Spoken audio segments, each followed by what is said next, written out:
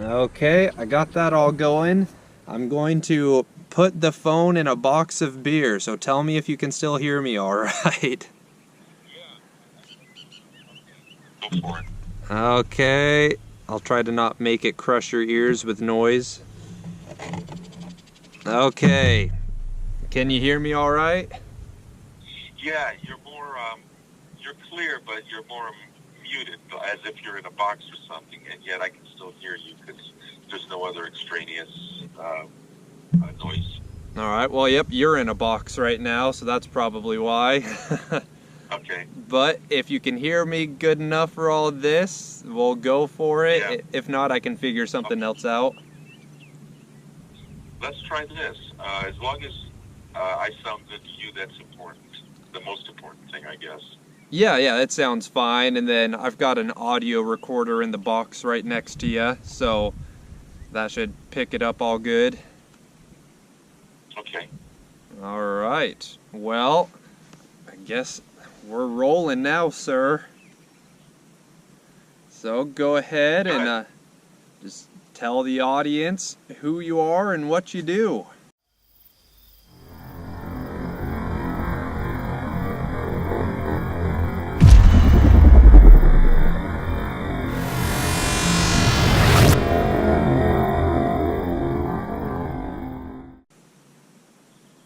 Hello, everybody.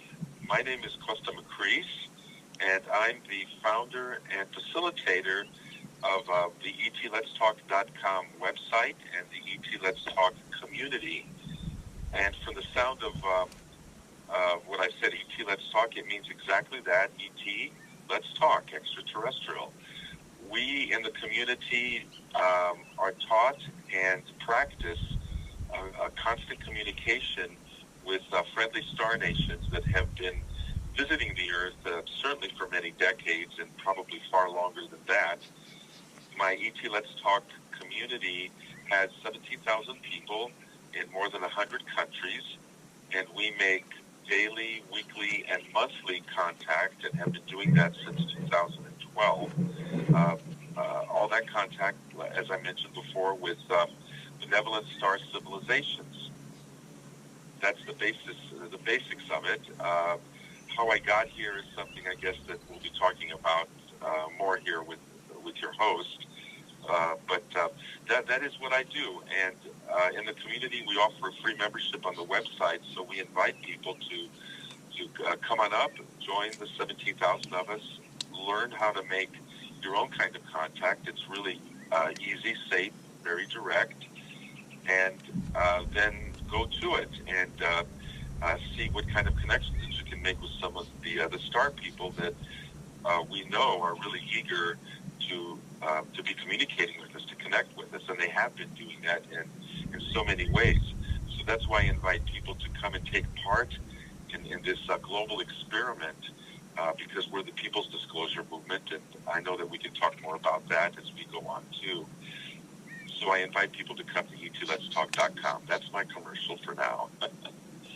Yeah, that, and then on top of the ETLet'sTalk.com, you also have some Facebook groups that people can join into, and then also on Onstellar, there's a CE5 ET Let's Talk group that people can join into to kind of connect with the other people in that community and get a little glimpse of what it's about. And so what are some of the key moments that got you to do this work that you're doing? That's an excellent question, because it has really altered the course of my life. Before I give you the most recent thing that really changed the course of my life for the better, your listeners should know a little bit of the background that led up to that, because it is very critical to my path, to my journey, getting to be the founder of ETLet'sTalk.com. When I grew up in the Midwest in the 60s, 70s, and 80s, it was with an interest as a child in everything to do about space. I was interested in science fiction, read all that I could. I had a telescope, and so was interested in astronomy, and would take it out in my backyard on cold, clear Indiana nights and stare at the stars and feel like the immensity out there was just calling to me, like there was a connection, and there was a really great sense of wonder and mystery about the size and the complexity of the cosmos. You might say it was very much a spiritual experience for me to be doing that as a child. On top of all of that, back in those days, the Gemini, or actually the Mercury, Gemini, and Apollo programs were being conducted by NASA. And I know that NASA is a controversial topic right now among many people in ufology, and I won't be addressing that right now, but suffice it to say that back in the 60s, it was a major player in the fields of imagination. Those programs, and I do believe they actually did go to the moon, by the way, and it wasn't all staged. But those programs really captured the imagination of the world, and I was no different there. I was enthralled by what I saw on TV and made scrapbooks and read whatever I could about what the astronauts were doing and all the progress of getting to the moon and back. So that also excited me, and that was the basis upon which my interest in space was just right there, up until the day when I found a book on UFOs, and right there on the cover was a picture of a classic, like 1950s saucer. I don't even remember the title of the book, but I was immediately smitten and realized, oh my God, they are here. There might be some hoaxers out there. There always are in every field, but I really truly believe from what I started reading then that we were and are being visited. And so that captured my imagination. But the truth is that I kind of dropped the interest after a few years because I did a very traditional thing. I went to school, graduated from college with a computer science degree in mathematics, and went on to start a career of 40 years in the Silicon Valley. So I kind of stayed in the technology center, which kept my left brain going there with an interest in kind of traditional things. I got married, had kids, got divorced, got remarried, and then to bring it up to present date, I was surfing on the internet in 2006 and decided just to look up the UFO field again, because I wondered, well, there must be a lot of information out there. A lot of stuff must have happened since I was a kid. Let's see what's going on in the UFO field right now. And oh my God, as many of you know, it's like drinking from a fire hose. No sooner do you put UFO in the search bar there, then all kinds of stuff is coming back, and you could spend lifetimes reading it. However, I was fascinated, and that kind of re-triggered everything in me again about UFOs. And I found a group that was going to Mount Shasta in a few weeks from that time, where they were talking about making contact, and this was something new to me. I mean, not just a passive thing of maybe I'll see a UFO sometime, but this group was using meditation and consciousness to make human-initiated contact, something that was and is called CE5, Close Encounters of the Fifth Kind, human-initiated, interactive contact with these ET civilizations. So long story short, I did go on that 6-day retreat to the Mount Shasta area, which is in Northern California. I was part of a group of, I think, about 40, 50 people who went out night after night and practiced our meditation, our visualization as a group. And, we saw stuff in the sky. We learned how to identify what was terrestrial, what was to be expected, what was known, versus the stuff we couldn't identify, and that would zigzag around the sky and pulse at us in irregular ways with bright lights and low lights, and do all kinds of stuff that really normal aircraft could not do. So we figured, we are seeing and making connection with ET civilizations. And that was exciting. Like I said, we did that night after night. Finally, the thing that really changed my life was about halfway into that week, after the group had finished their work for that night of making contact. I was among them. Most of the group had started leaving and was driving away. Like I said, it was around midnight. We were at the base of Mount Shasta in a clearing surrounded by woods. I'd say say about 10 of us still hung around, and we were still talking about what was going on and had happened that evening. But here's what changed for me. Changed my life for me, that is. Someone tapped me on the shoulder and pointed to an area near the edge of the clearing that we were in. And there I saw materializing before my eyes. It's the only way I can describe it, kind of like a fade-in, as if you were watching special effects in a movie. It was a small, maybe 6-foot sphere, and it was opaque. I couldn't see into it. And it was not completely solid, but it definitely was there because it was not part of the background. I did a reality check with the moonlight, the foliage around there, rubbing my eyes, and everyone else was seeing it too. So, unless it was a mass hallucination, we were watching this sphere materializing and floating not that far from us, a few inches off the floor of the forest, very silently. No smells, no vibrations, nothing. And like I said, it was opaque. What I saw was a gray color. Other people described other colors. But, okay, there's this sphere. Like, what is that? By the laws of physics that we know, we should not be experiencing this. This doesn't happen. And yet there we were, 10 adults, whispering and pointing. One of them suddenly said, "Hey, I just got a telepathic message from the beings inside of this thing." And what they said to me was that they are scientists, and they're doing research.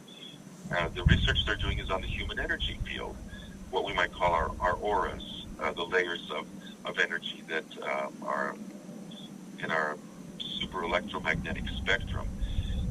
So these beings, that's why they were showing up there. They were telling us they were scientists researching this. I thought to myself, oh, great, we're somebody's PhD thesis here. They're doing their field research, and they'll go back and get their degree.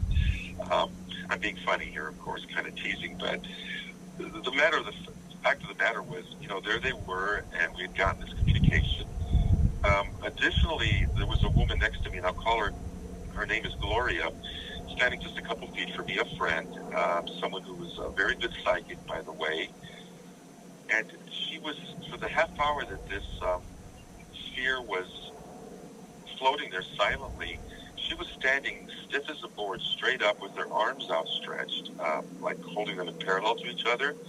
And that's hard to hold that position without moving for a half hour. And so I knew something was going on as time went on because she wasn't speaking or responding. And I just kind of left her alone. I figured something's going on, and I'm here close by in case there's some sign of distress. I'm here to help. But for that half hour, nothing much seemed to happen. She just didn't move, didn't utter a sound, and I just stood by. Finally, she just kind of shook a little bit and seemed unsteady, and I was there, and I kind of grabbed her by the shoulders to make sure she didn't crumple or anything. And I talked to her, are you fine? You know where you are? What's your name? And she stammered out the right answers and just said she was disoriented. So what does this all mean? Well, when I asked her what just happened, she told me that as we had been standing there when this sphere first materialized, she started getting a message, a telepathic message too, from one of the beings inside. And what they asked her was, may we merge, or may I don't know if it was male or female, may I merge with you to study your energy system? So this was kind of staying very consistent with the message this other person had given us about the purpose of this sphere being here. Now, she's really had her act together. Many of us probably would have said, oh my God, let me flee, run the other way. There's a voice in my head. But no, to her credit, she told me that she responded to that request and said, yes, you may do that, but I have 3 conditions. The first one is that you leave when I tell you to leave. And it agreed, the voice agreed to that. And then she went on and said the second condition is that I remain conscious of my surroundings. I just don't want to be knocked out and not know anything about where I am, who I am, what. It agreed to that. And finally, her third condition was, you don't mess with my sexual organs, no probes, no nothing, And the agreement was yes. usually don't do that. So what happened there when I saw her kind of crumple was the experiment kind of ended. She had asked, after that half hour, she had asked this being to leave, and it did, kept its end of the bargain. And as I was getting this story, I noticed that the sphere that was there started dematerializing, just fading out, you know, like that special effect, into the background till it was just gone. That changed my life right there, because that experience was my own firsthand encounter, up close and personal encounter with a civilization from another planet, done in the company of other adults, so that I didn't question my own sanity. You know, we were all sober and straight, and it was actually a cold night, so you know, you were very alert, etc. So that experience just showed to me this can happen to me, and what we're practicing here in the field night after night, these techniques of CE5, Close Encounters of the Fifth Kind protocol, the technique does work, and we just proved it here. And it wasn't just a light in the sky. We had a close-up encounter. And I thought to myself, if I can do this, anybody can. And because I'm an organizer by nature, and I had spent my youth being involved in politics of the day, anti-war movements, the environmental movement, and organizing people, it was very natural for me from that point on, after having this experience, to try to teach other people and organize them over the internet to do this kind of contact and hopefully have exciting encounters the way that I had.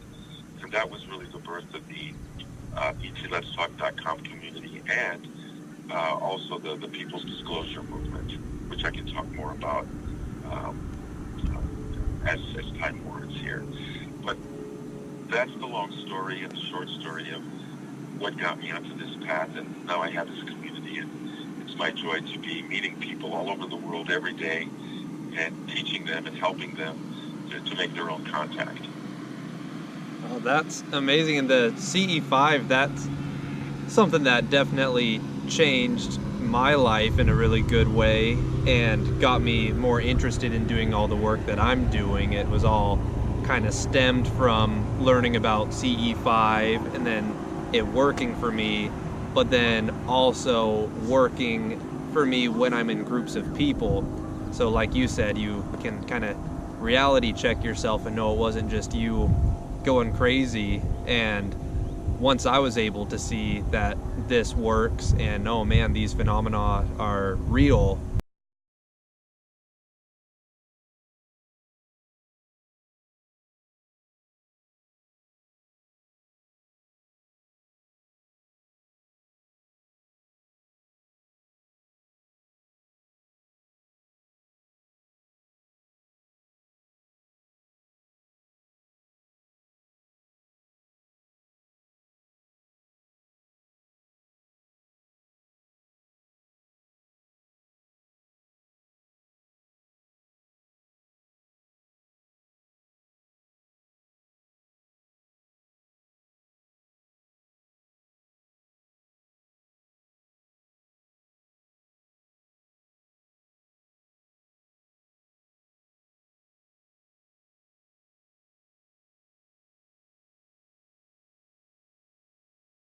Consciousness, the ETs are tuned into telepathy and into vibration. Many of them have evolved. I won't say all, because there's probably a lot of different species and they're not all at the totally same level of development. But at the minimum, I think they can detect our thoughts, detect our intentions. And so when we sit in a circle or we sit alone, we get into a comfortable meditative state. And again, you don't have to practice meditation for decades or join some group or go off and engage somewhere. It's simply relaxing your mind, quieting your mind, your thoughts, opening your heart, your goodwill, and then using visualization to join and connect yourself with the group that's there in the circle with you. On the website, on ETLetsTalk.com, I have a 7-step protocol there that describes what I'm, in words, probably better than what I'm saying right now, but it's basically the same thing, which is you use your visualization and your imagination, and you connect with the people in a around you, you use your thought then to, as a group, raise your vibration and open your hearts and issue an invitation, basically, through your hearts and through your minds, which is welcome to the civilization, the benevolent ones that are out there. We want to communicate with you, and we're open to whatever safe way for you and for us that there is for that to happen. And again, the written description on the website will describe the group, for example, sending up a beam of light from the center of our group. If you imagine the group in a circle, whether you're in a circle or not, you could, in your imagination, create that picture. And with everyone doing it, you create also a unified group field, which is far more powerful than any one single person could do. So that, there's a good ramping up there that happens with more people. So you visualize yourself in a circle. You connect from your heart into the middle of the circle. I like to talk about it as being a pink magnetic sphere, which is heart energy. Everyone connects like from the like a spokes of a wheel, from the edge of the wheel to the center through your heart to the pink magnetic sphere there. That sphere represents our group's united welcome of love. And then you project a light that goes straight up into the heavens, a wonderful being that can be seen to the ends of the universe from your group. And at the same time, because I value group community or global community a lot, I ask people to also visualize as if they're floating above the earth, to visualize all the points of light in other places around the world, of all the other people in this community of 17,000 people who may be doing the same exercise you're doing right there, or did it yesterday, or we'll do it tomorrow. It doesn't matter, what time it is. But we all visually connect with those groups in a big network, in a community, and increase our group field that way. And so we visualize these beams of light coming up from lots of different places out into the universe, and inviting the ET civilizations to connect to those and to us. So that's the basic kind of hookup procedure. And then you stay quiet, and messages may come into your mind. A little while later, someone may see something in the sky, and then the night begins. You'll get communication in the sky, like I said, or there may be phenomenon on the ground. People use radar detectors that suddenly will go off inexplainably because they're out in the middle of nowhere where there's no source. Car lights will go on by themselves. Smartphones that have been powered off may turn on by themselves and play something from a playlist that's got cosmic music on it or something that's appropriate. That and so many other things that I'm describing have happened to me and to others.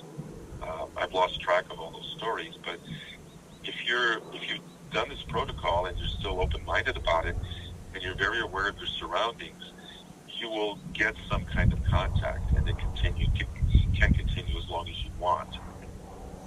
So basically, that's it. I hope that's made sense to your listeners. Oh yeah. So I know you also offer retreats that you do where you, for about a week or so, teach people how to do the CE5 protocols and tune in to all of that. Do you want to tell the audience a little bit more about the retreats that you do?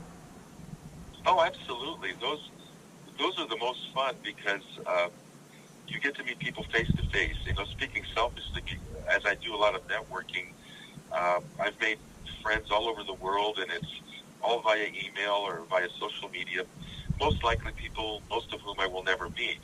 At these retreats, it's a chance for a small group of us to actually meet in a physical location for 5 or 6 nights, days and nights, as a group, and learn the protocols and get some instruction that my wife, who will teach, because she's a professional clairvoyant, teaches the group members how to recognize their particular psychic abilities and how to develop them better so that their contact with the ETs can be enhanced.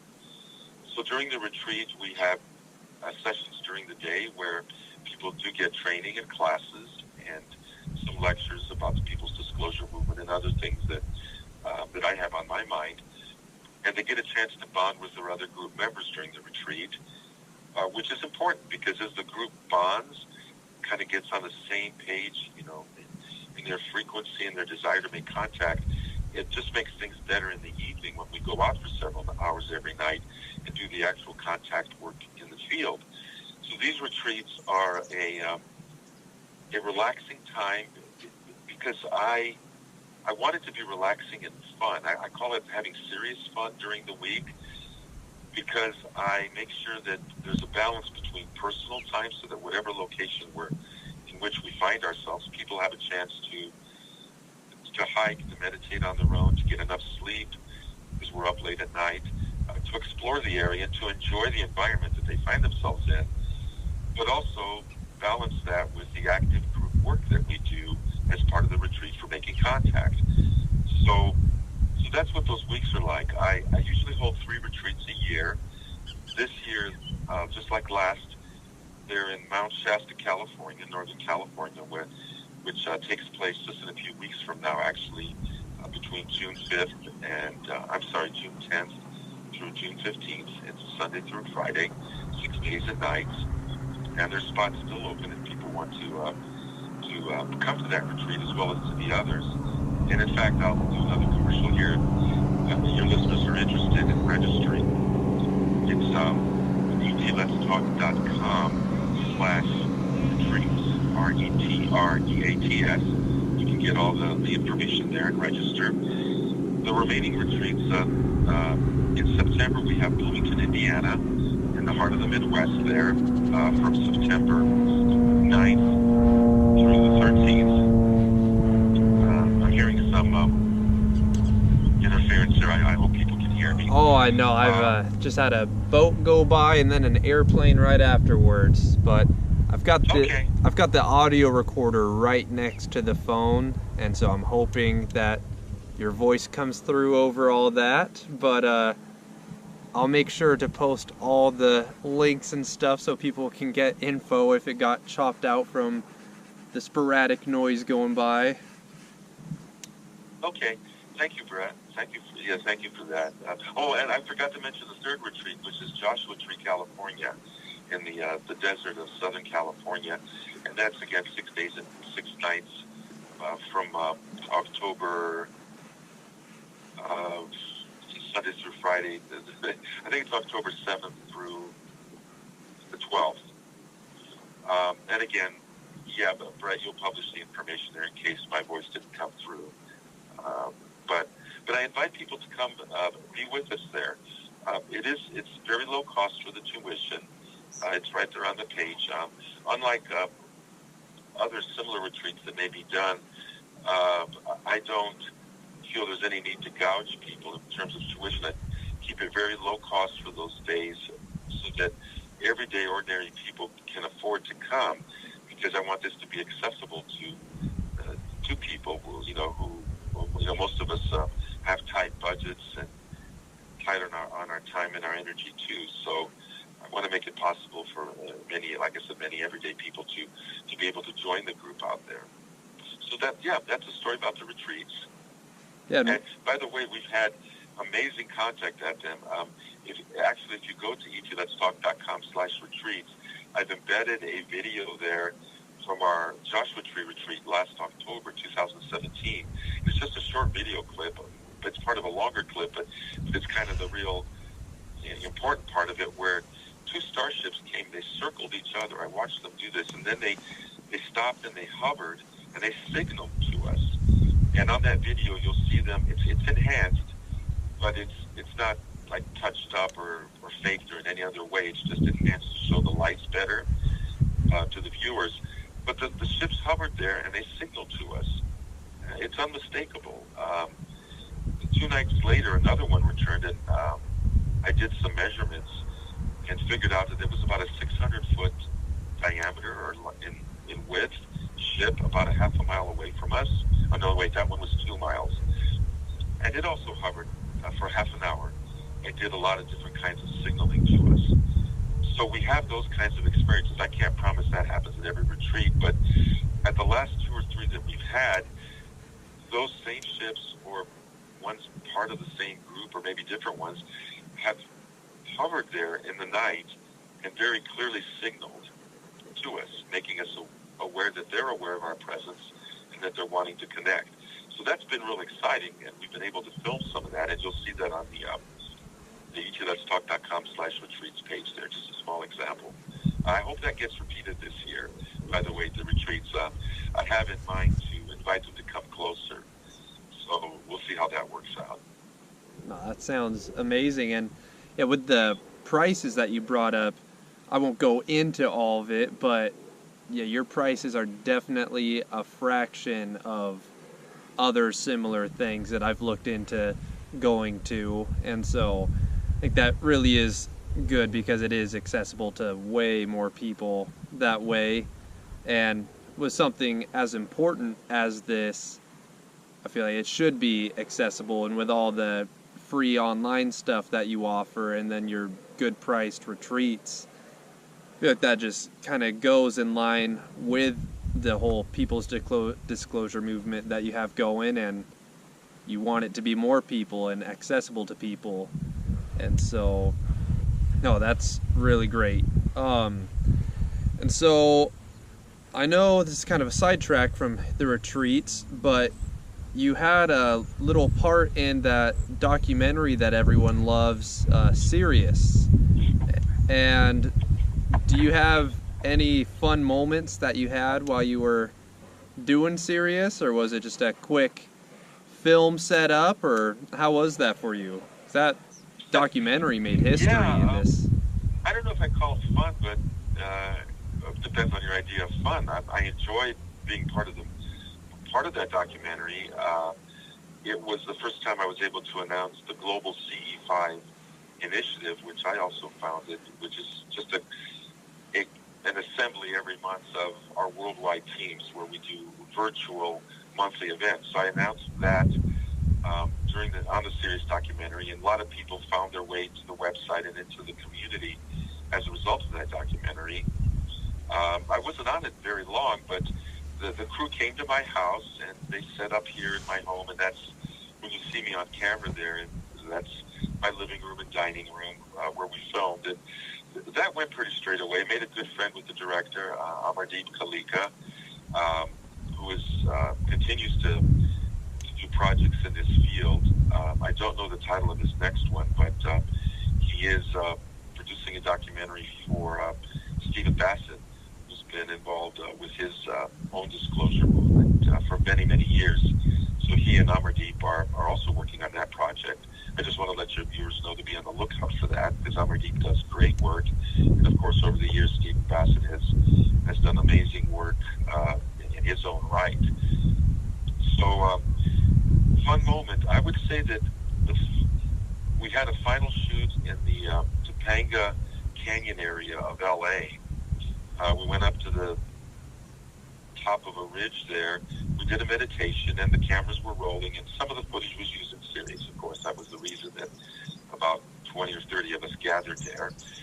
But what was amazing for me is that was the night I saw what I am sure are 5 golden starships, and I mean gold.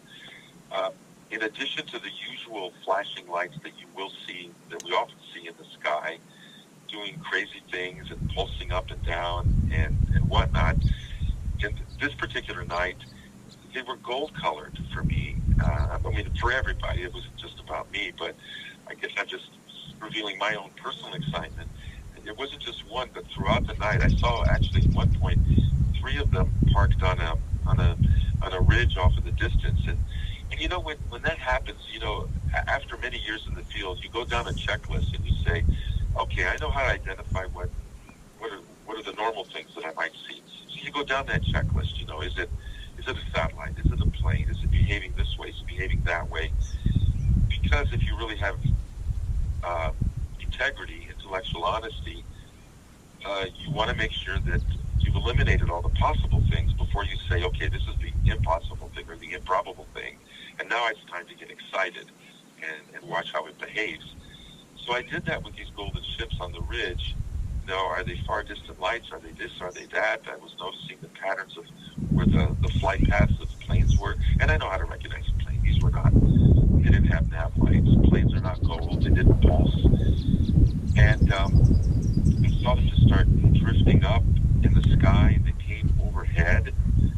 high up. I'm not saying they did a little flyover, and then they just disappeared off into the sky. The distance they got dimmer and dimmer. Later on during that night, I saw two more like that up high in the sky that exhibited the same pattern as the previous ones. So that's what was exciting for me. That was my big takeaway, other than appearing, on camera, which is great to publicize this thing that I have a passion about, which is teaching people how to make their own contact. Actually having that kind of contact with these golden ships was a perfect final chapter to my involvement with that documentary. That was the closing scene, and nice little wrap-up.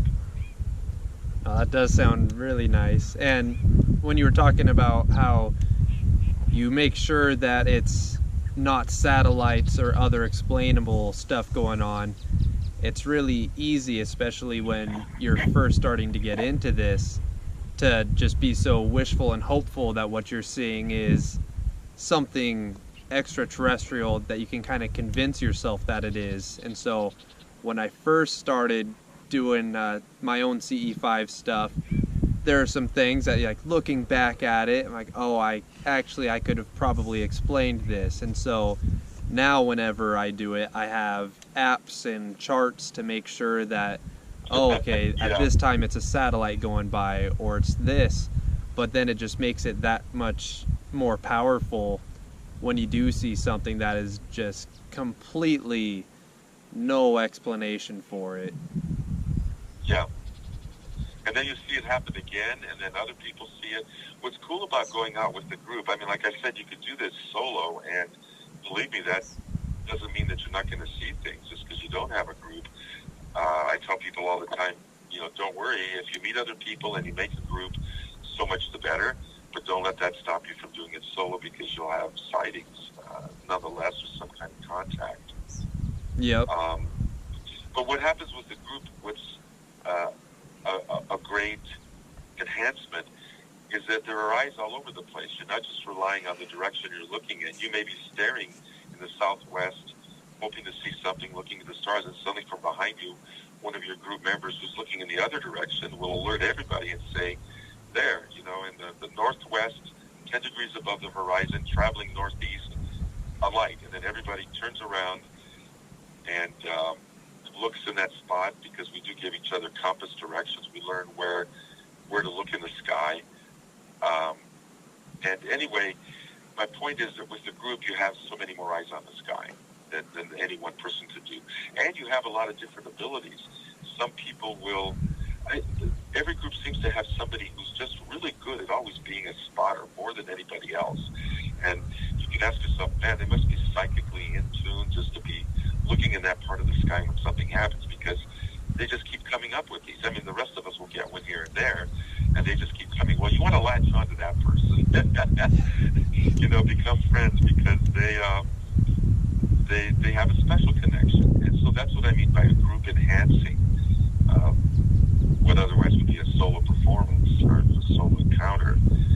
Everybody brings something different, and the whole group benefits as a result when we all synergize with our skills and our abilities to make the contact a lot fuller and with more volume during the night. Yeah, there's a friend of mine who, he helped write a lot of the guitar on that last album I did, which was primarily about CE5, and there was a night where I was by myself doing some in my backyard, and I wasn't seeing anything pop up, and it just so happened that he was driving on the freeway home from work at the same time that I was doing that, and he pulled off the side of the freeway to call me, and he's like, man, you got to go outside, and he told me which direction to look, because the freeway wasn't that far from the house I was at, and he's explaining to me all these crazy lights and stuff that he's seeing. And so that kind of blew my mind, that I was trying to do some CE5 work, and then it was a friend calling me, telling me he's seeing something. And so I went out, or was looking in the direction that he was telling me, and I wasn't seeing any of the stuff that he was explaining. But then I started seeing something completely different than him that was just mind-blowing. So yeah, all sorts of fun and just, I don't know, I feel like if more people do this, or even just not even practicing CE5, but if people just spent more time at night just looking at the sky, I feel like that could change them in a lot of positive ways. And so with that, why do you think people should make contact or practice CE5? Yeah, that's an excellent question. I mean, there's the intellectual curiosity, which is totally legitimate. Of, are we alone? When you ask that question, and now that we have a tool, we don't need $10 million of funding and antennas set in arrays to send out signals and wait for years to be able to decipher something coming back, like what SETI does. You don't need all that. All you need is your heart, your eyes, your mind, and like I said, a lawn chair. And so for intellectual curiosity, that's one good reason to realize we're not alone. Excuse me. But I'd like to expand that and say that some of the messages we've received from these civilizations in various methods and ways and means tells us that they're here out of concern for how we're at the point of extinction on this planet, and I don't have to go into the list of the problems that we as humans have across the globe, from the global warming, and yes, I believe that climate change is real, and as well as other things, the threat of nuclear war, and it goes on and on. And that's the negative side. But why should people be involved? It's because these civilizations have told us they're here to help. They will not infringe on our free will, but if we ask them to assist in some way where they can, they will.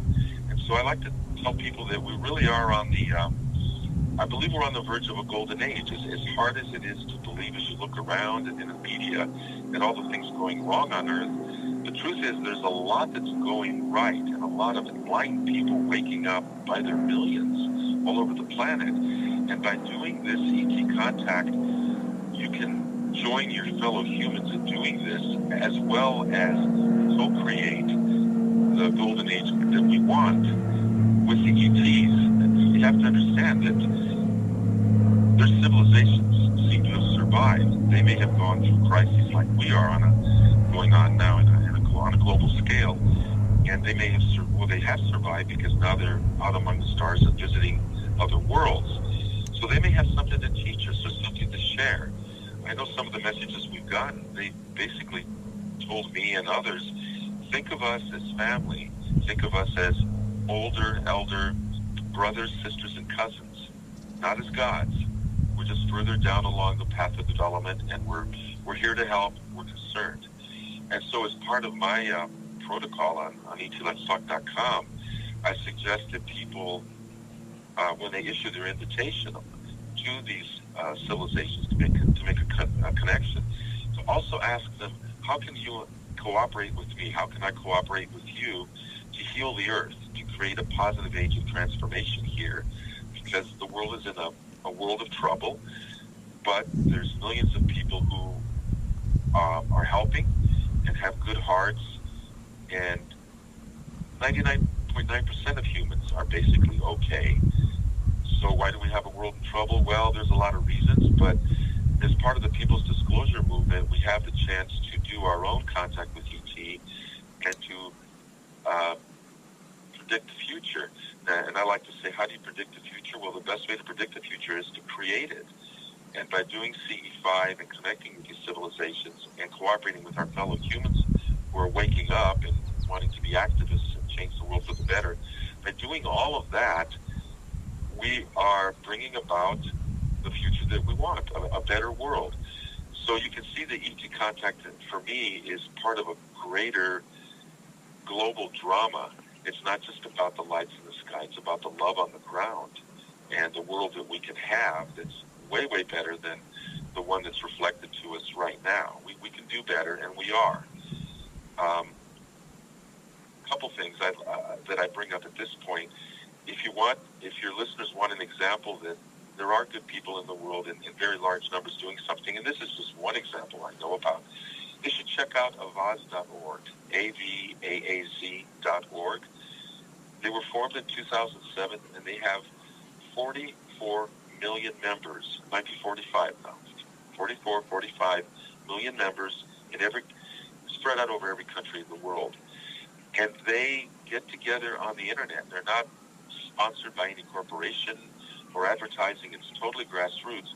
And these are just human beings who care enough about the world to help, to show up and do petitions or give money to each other in their countries when a certain issue comes up that affects the environment or political freedom, or, there's just a million kinds of issues, or save the whales, whatever. It goes on and on. But everyone across national borders helps everyone else.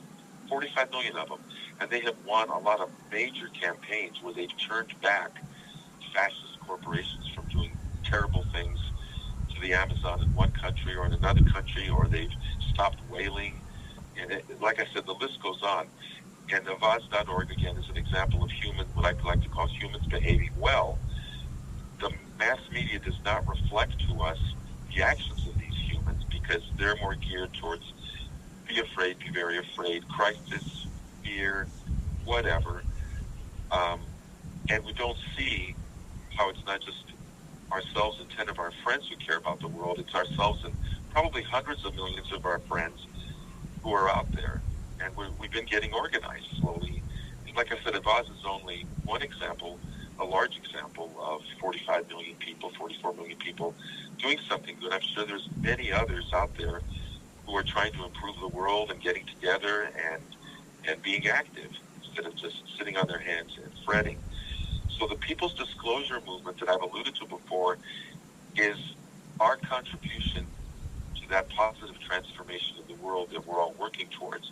It's our cooperation with ET to help us do what they can to bring about that transformation and make sure that human society and that the Earth, Gaia, all her life forms survive. We're all on the same page with this huge project, which is the most important thing in history for all of us. So that's what the People's Disclosure Movement is. I will say that in ufology right now, and for many years, people have been saying disclosure, disclosure, disclosure. When will our government or any government make that announcement that they've been visiting us and that the governments have been covering up and, just kidding, they really have been here. We were lying to you all this time. That word disclosure is a really loaded one on many people's lips, again, wondering, when will it happen? Will it be a slow drip disclosure? Will it be a mass announcement? And on, as they look for governments or some kind of other authority, maybe the church, maybe some union, like a European Union or whatever, to make that announcement. My answer to that is the People's Disclosure. We've been waiting for decades for them to make that announcement, the governments. How many people out there trust most, if any, your government to tell you the truth about anything these days? I think politicians in popularity lack a rank lower than, I want to pick some other profession, but boy, I'm going to get flamed. Okay, politicians rank really low in terms of believability among people. So we sweep all that aside and say, give up on knocking on that door and coming on bended knee to these governments and saying, please disclose. Would you please tell us the truth? Tell us it's for real. Stop that, everybody. Stop it. By grabbing your lawn chair, using protocol, making your own connection, your own ET connection, and then coming to a community like ETLetsTalk.com and sharing your story with other people, and then teaching your neighbor how to do this, and then having them teach a neighbor, that's the People's Disclosure Movement. We're doing it at the grassroots level. Well, like I said, one lawn chair is changing the world, one sighting at a time. We're disclosing ourselves, and so we go from maybe being believers in UFOs/ETs to becoming knowers, because when you have your own experience, it can change your life. You can't unsee it. You might try to bury it or be quiet about it, but for most of us, it's a profound thing. And the People's Disclosure Movement is just a gathering of many of us at the grassroots level, telling our stories to each other, teaching others to do it. Because I tell you, in 2010, when I'll say it right now. I am in contact with ET Intelligence. I have my own connection, and so can everyone who's listening to this. I'm not special. But in 2010, when I created the Global CE5 initiative, my ET connection requested of me something very simple, which was, hey, would you create as many ET contact teams as possible in as many places as possible, as quickly as possible? And I said, okay, I'll try that. I can do that. I'll give it my best shot. And that's how the People's Disclosure Movement was born, as well as the Global CE5 initiative that operates every monthly when we do our contact. I additionally asked my friends, ET friends at that time, well, what's the purpose of creating all these many teams in so many places? And they said, well, by doing so, you give us permission to appear in even more places, and as we show ourselves in even more places, in more cities, more people will see us, will become curious and want to see more of us, and that'll give us even further permission to show up in even more places where even more people will see us. You get the picture? They said, this is what we call a virtuous circle, very virtuous. And the end game is that someday when enough people have seen us, this is them talking to me, there will come a tipping point.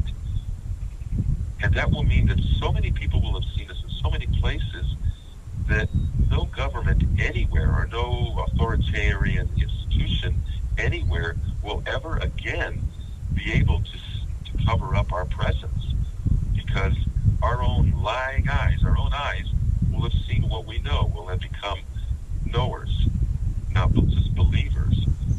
And that's when disclosure really will happen. It's coming by the people's effort, one person at a time, one launch share at a time, as fast as we can do that. And that's why I formed the ETLetsTalk.com community, and that's why I'm promoting the People's Disclosure Movement, because it's all about us taking back our power from the governments to whom we gave the power, and realizing our own power, people power, to get the disclosure that we all want instead. And that's a powerful thing, to feel that you're more in control now, rather than, like I said, knocking at someone else's door and begging them to give you some crumbs of information. Phooey on that. Then, yeah, on the subject of disclosure, yeah, a lot of people are just expecting that big governments are going to come forward and say, oh, here they are. But in a way, that's kind of already happened through the testimony of tons of top government officials, corporation officials, people from NASA, people from Lockheed Martin, all over. There have been people coming forward saying this is what we're actually doing and this is what the bosses aren't telling you. And recently Emery Smith has come forward, and the testimony that he has is just mind-blowing. And I know you recently did an amazing interview with him, and so I definitely encourage everyone to go to your YouTube channel to look up the interview with Emery Smith. Is there anything you would like to tell the audience kind of about him, just because he could be one of the biggest people coming forward right now with the stuff that he's said and the evidence that he says he's about to come forward with, and then also the fact that he says that there's going to be more people like him coming forward soon? You summarized that really well, Brett. Yeah, thank you for mentioning Emery, because I believe, and those of us working with him know and believe that he's an amazing, courageous light warrior. And yes, there are many more like him. He has said that, who are deep inside the secret space program and the many projects that have been buried for decades there. Emery's hope is that by being an insider, coming out and talking, that others will follow. And someday a tipping point will be reached where many of them will do that. We don't know the timing of that, but it's inevitable that that will happen. And for Emery to be speaking up now is amazing, because it has come at great personal cost, being ruined financially, losing family and friends, being attacked physically, having possessions stolen, destroyed, um, and on and on. And yet he soldiers on because that's who Emery is. I worked with Emery alongside of him a few years ago as part of another organization where he was the vice president for 7 years. And he was being I didn't know it at the time, but Emery was actually an insider for David Wilcock during those years that I knew him. But he kept it very quiet. That's kind of what insiders do, right? They only talk just to certain people and keep it on the QT so that they can continue to do their work. But the Emery that I knew and that I know now is a really honorable person. He's very well grounded. He's smart. Obviously very well connected inside the secret space program. And like you said, the information that he's bringing on about all the projects and what they produce there and the ETs that he has encountered through that program, it is mind-blowing. It's like a science fiction movie, anyone that you've ever seen. And it's still coming out, So I continue to work with him, and I'll be doing more interviews with him on our ET Let's Talk YouTube channel as time goes on, in the same way that he's been doing interviews with David Wilcock. But I just didn't really want to vouch for him. I know him, people I know that know him have worked with him, and I wish there were a million more like him. But I'm glad that there's at least one like him who has put his life on the line, literally, to bring this information about all the covered-up programs that have been going on underground. Did I mention all the trillions of dollars of our taxpayer dollars that have been stolen from our pockets as American taxpayers to fund all of these black projects over the years? Again, to the tune of trillions of dollars. That amount of money, had it been used to improve our roads, our educational system, our health care, would have made an American society that was second to none on the planet in terms of positive, life-affirming values and civilization that we could have. Instead, that money went into these other programs. But Emery's hope is that a lot of the inventions, and he'll talk about this, he does talk about it, that have been made there also have uses in a positive way. Not just have they been weaponized, but some of these inventions can heal people, can provide transportation, can do life-affirming things. And part of his mission is to make us aware of some of these healing technologies and free energy technologies that would vastly improve the world and eliminate poverty and all that. And because Emery has a big heart, he wants to do his part to steer as he can some of these inventions for benefiting humanity. And again, he talks about that. So what I love about him, he's just not talking about the intellectual science fiction side, the gee whiz stuff, which it is, all that, but it's about what can this technology do to save the planet and improve humans' lives. There's a positive use, and Emery, is part of that and wants more people to become part of that. And I'll tell you something, my interview with him, Brett, on my ET Let's Talk YouTube channel has gotten more views than anything else I've ever done, and it's still going.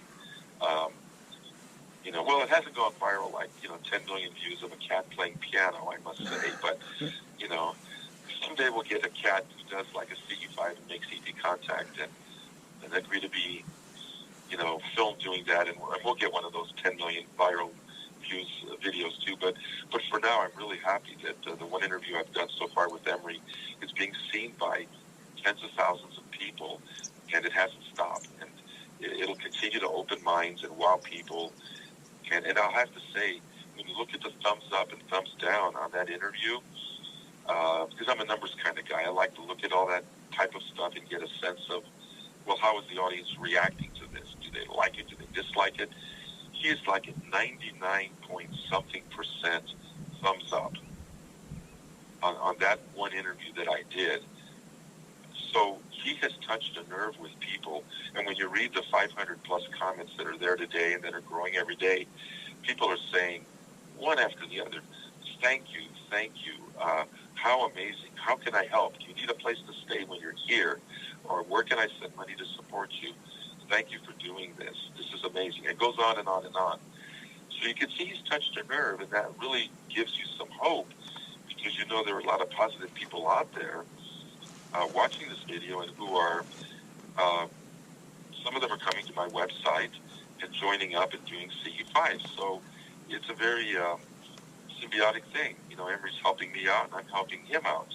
And together we're all synergizing and letting a wider audience know about these programs, and that there's really a better world coming if we just decide to redirect all this energy that has gone to weaponizing things to instead healing and benefiting humanity.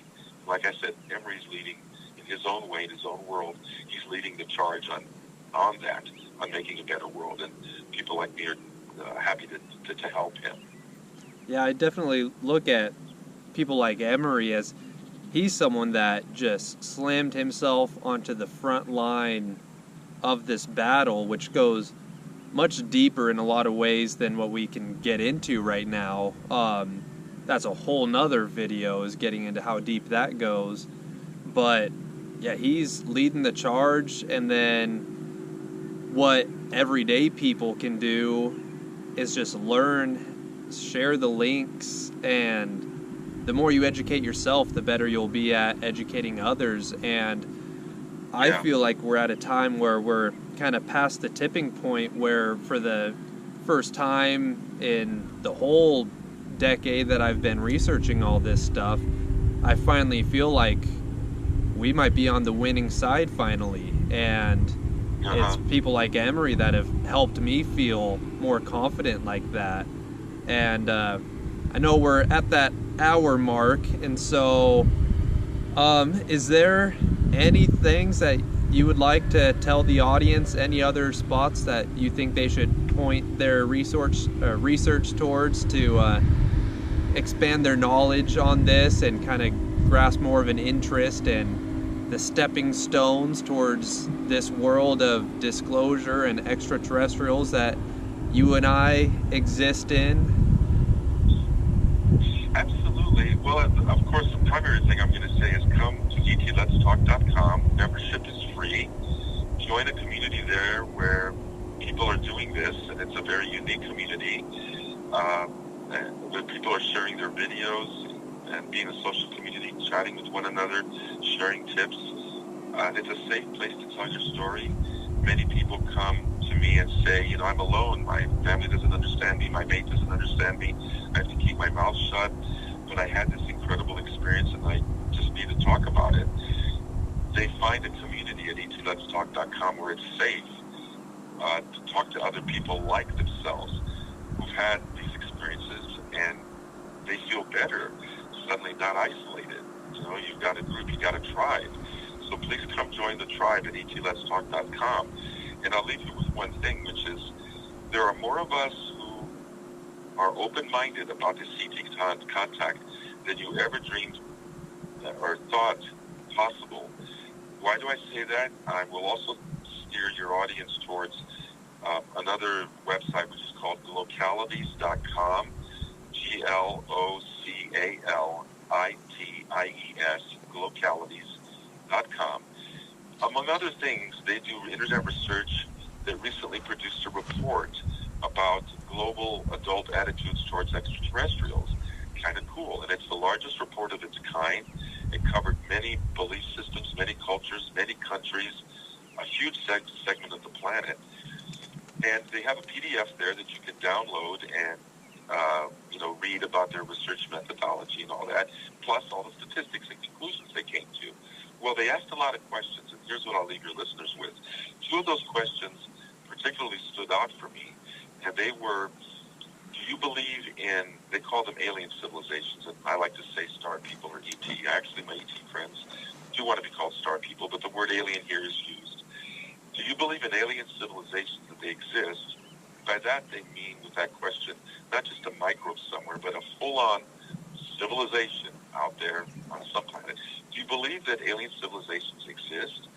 And if so, do you believe we should be contacting them? So you can see those two questions are very key to the area we're involved with here, which is ET contact. Well, being kind of a numbers guy, having a math and computer science background, I took some of the raw statistics from this particular study studies that localities did, and I zeroed in on those two questions. I extrapolated their findings onto the entire world population, not just a small sample, actually the biggest of its kind, but small by in comparison to the world population of the world, so almost 7.6 billion people. But I took their percentages, the responses to those two questions, extrapolated the numbers to see on a worldwide scale how many people believe these two things that I just outlined. And I found that my conclusion was that 1.3 billion adults between the ages of 18 and 65 across the planet believe in alien civilizations, star people civilizations, and furthermore believe we should be contacting them. That's 1.3 billion.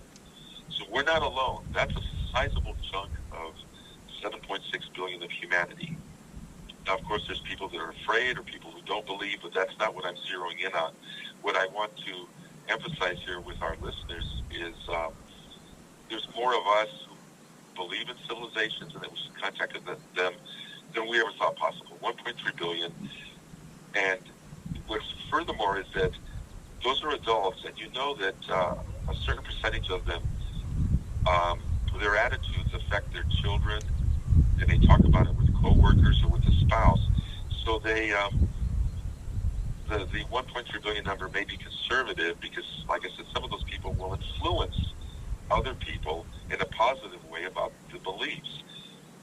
So anyway, that's the good news. Everyone out there, we're not alone doing this. This is the biggest ET elephant in the room that a lot of people aren't talking about, but a lot of us are.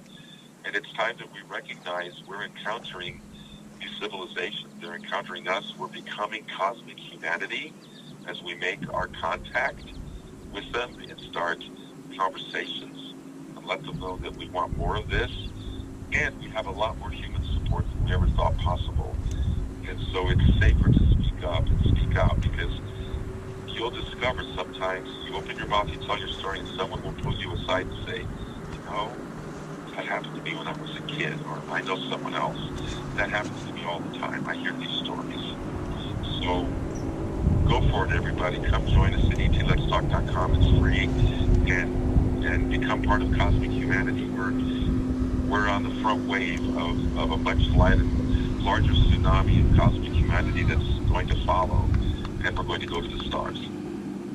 Yeah, and with that, on top of going to etletstalk.com, everyone also check out his Facebook group pages. I know a lot of people in this sort of ET and disclosure community are jumping ship on Facebook, and so then there's also Onstellar.com, and we've got that ET Let's Talk group up on there. And I thank you a lot for doing this interview with me. This is gonna be like the first video in a series of interviews and new things I'm gonna be doing with my channel and audience. And so yeah, everyone join us. I will personally put my name on the line that everything he talks about, that Kosta talks about here, is real. It does happen, and I was skeptical for a very long time until I tried it for myself, and then it worked, and that totally changed everything I'm doing with my life and the energy that I put into this world. So Kosta, thank you very much, and I'm sure we'll be talking more soon. We've got some fun stuff going on, that music you've had me doing for you and all that. I'm really enjoying all this, so thank you. Thank you, Brett, for the opportunity to talk to everybody. You're doing amazing work, and I look forward to continuing to cooperate with you. We're having serious fun, and we'll continue to have a whole lot more. Thanks for the opportunity to talk here. Yeah, of course. Yeah.